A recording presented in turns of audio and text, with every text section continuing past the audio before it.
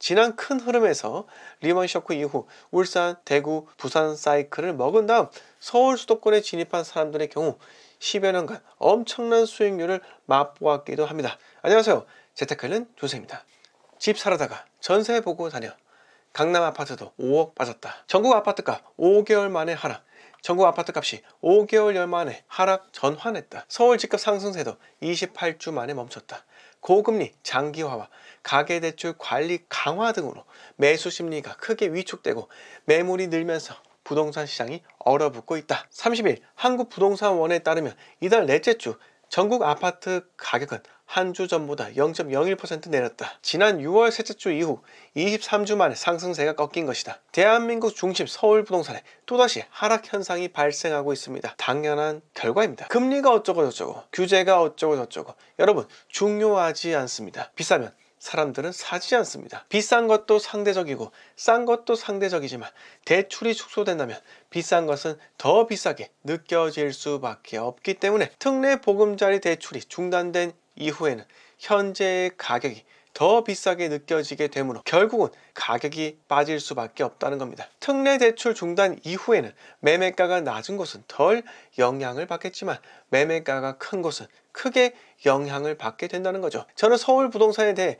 분명히 다시 한번 꺾인다고 이야기 들었습니다. 제가 말씀드려왔던 하락의 이유에 대해서는 이전 영상을 보시면 될 것이고 그 이유는 독선적이지 않고 합리적이라 생각합니다. 늘 말씀드리는 내용이기 때문에 지겨우실 것 같아 서울 하락이 재시작했다라는 내용만 전달하고 다음 이야기로 넘어가겠습니다. 21년 고점에도 집을 사라. 2023년 저점에도 집을 사라.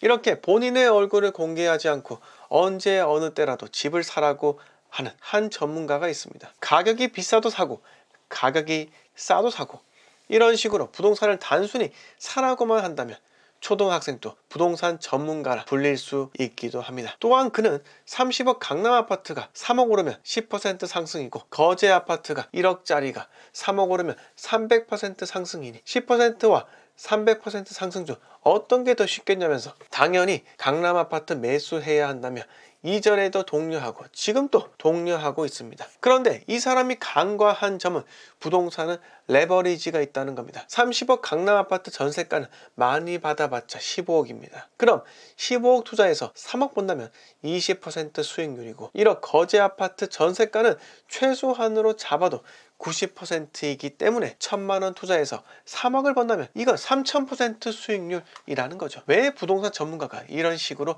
말실수를 했을까요?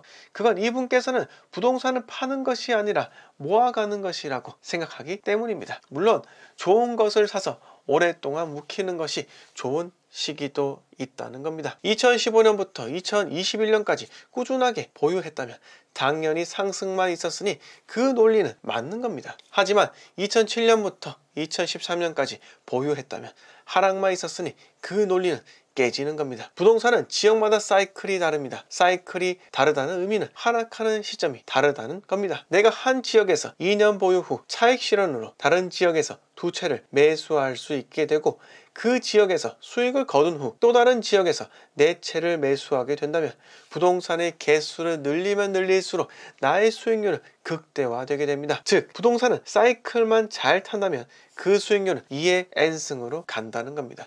제가 드리고 싶은 말씀은 서울이 잠자고 있는 동안 지방 광역시 중 일부는 올랐다는 겁니다. 지난 큰 흐름에서 리먼 쇼크 이후 울산, 대구, 부산 사이클을 먹은 다음 서울 수도권에 진입한 사람들의 경우 10여 년간 엄청난 수익률을 맛보았기도 합니다. 방금 전문가가 한 말인 서울 부동산은 팔지 않고 모아가는 것이다 라는 것은 결국 다른 지역이 오를 것에도 불구하고 오를 곳에 투자하지 않고 기회비용을 날려도 된다는 의미라는 겁니다. 오늘 제 영상을 시청하신 여러분들께서는 특정한 지역만 정답이다 라는 착각에서 빠져나오시길 바라겠습니다. 투자 성공은 유연한 사고방식에서 나올 수 있게 됩니다. 상황에 따라 민첩하게 대응을 하는 것이지 우직한 몸과 마음만이 투자 성공을 하는 것만은 아니라는 겁니다. 저는 이 전문가를 비난하고자 하는 것이 아닙니다.